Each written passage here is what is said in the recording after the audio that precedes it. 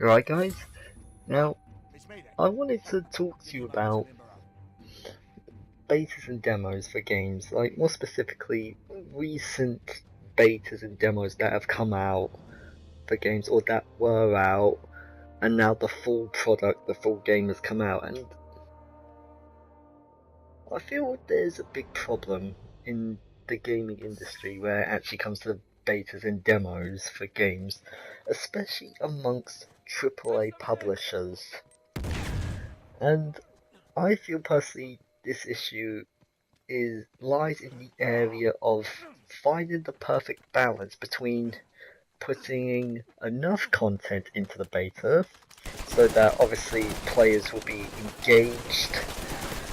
It will give them more of an incentive to say to themselves, right, I've played the beta, I liked the content that was in the beta, so I want to go out and buy the full game, because at the end of the day, as much as I hate to say this, game publishers do like to make money. Whether we tend to think of game publishers in terms of EA as like these big soulless corporations that just like to gobble up money left, right and centre, or whether we like to picture game developers as like the indie devs, you know, the truly passionate game developers who want to make like the greatest game but on a shoestring budget. At the end of the day, developers want to make money. Now, a beta is obviously a good way to advertise your game because it allows potential customers and potential future players to test out your product, for them to give feedback so you can actually go away and make improvements upon the product before you actually release it. And like I said before, it gives the game good advertisement, good publicity, because the opinion of a beta can actually sway, or how people perceive a beta can actually sway whether people go out and buy a game. Like if some people think the beta is good, it will get more good publicity, and it will go around on social media, on YouTube and all that, and people say, oh, this game had a good beta, and like casual players, or like maybe even sort of people that aren't fans of that particular game or that particular game genre might, you know, raise their eyebrows at it and be like, I need to investigate this, maybe I will pick up a rental copy of the game. Anyway, back to the main issue. The problem with betas is striking this balance between having enough having enough content in the beta itself. Now, some betas and some demos have too much content because either the game is quite short or quite small in scope, or the beta just gives away too much, leading a full purchase to be quite worthless. So what's the point in buying the full game when you could have just played 30% of it, 40% of it in the beta, or hell, even in some cases, even 50%, like, or there's the classic case of the Star Wars Battlefront beta where that game was so shallow on content, you pretty much played most of the game in that beta, in that trial period. It was quite stupid. Then there's the issue of betas and demos where they don't have enough content in them. They don't put enough in the game to either justify interest in the final product or to even play the beta itself. Excuse me while I chew on a Pringle here.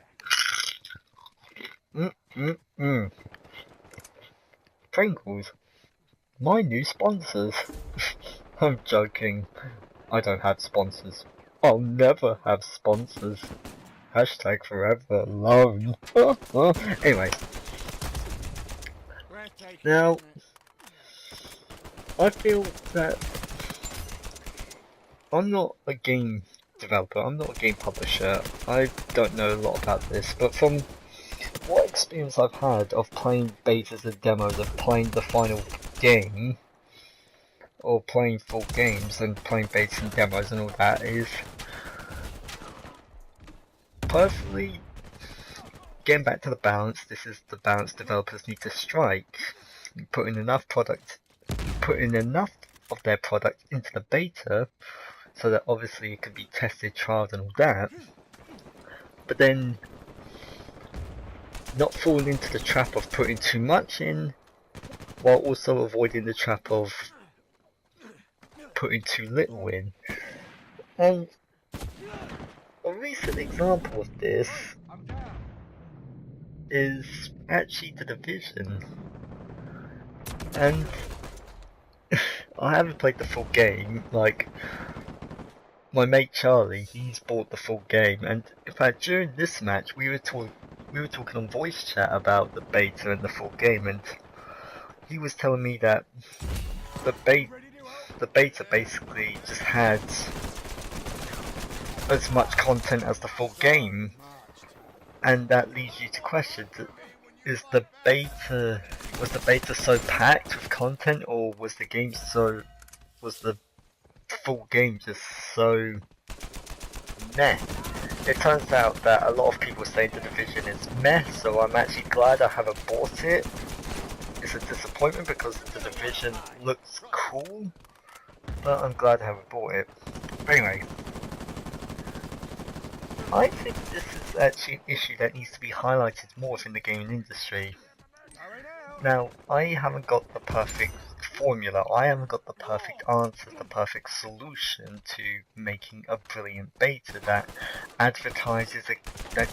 fairly advertises a game, that fairly shows off to the public, but while also withholding enough content so that players can have new and fresh experiences and can dive deeper into the full product, obviously, if they choose to buy it.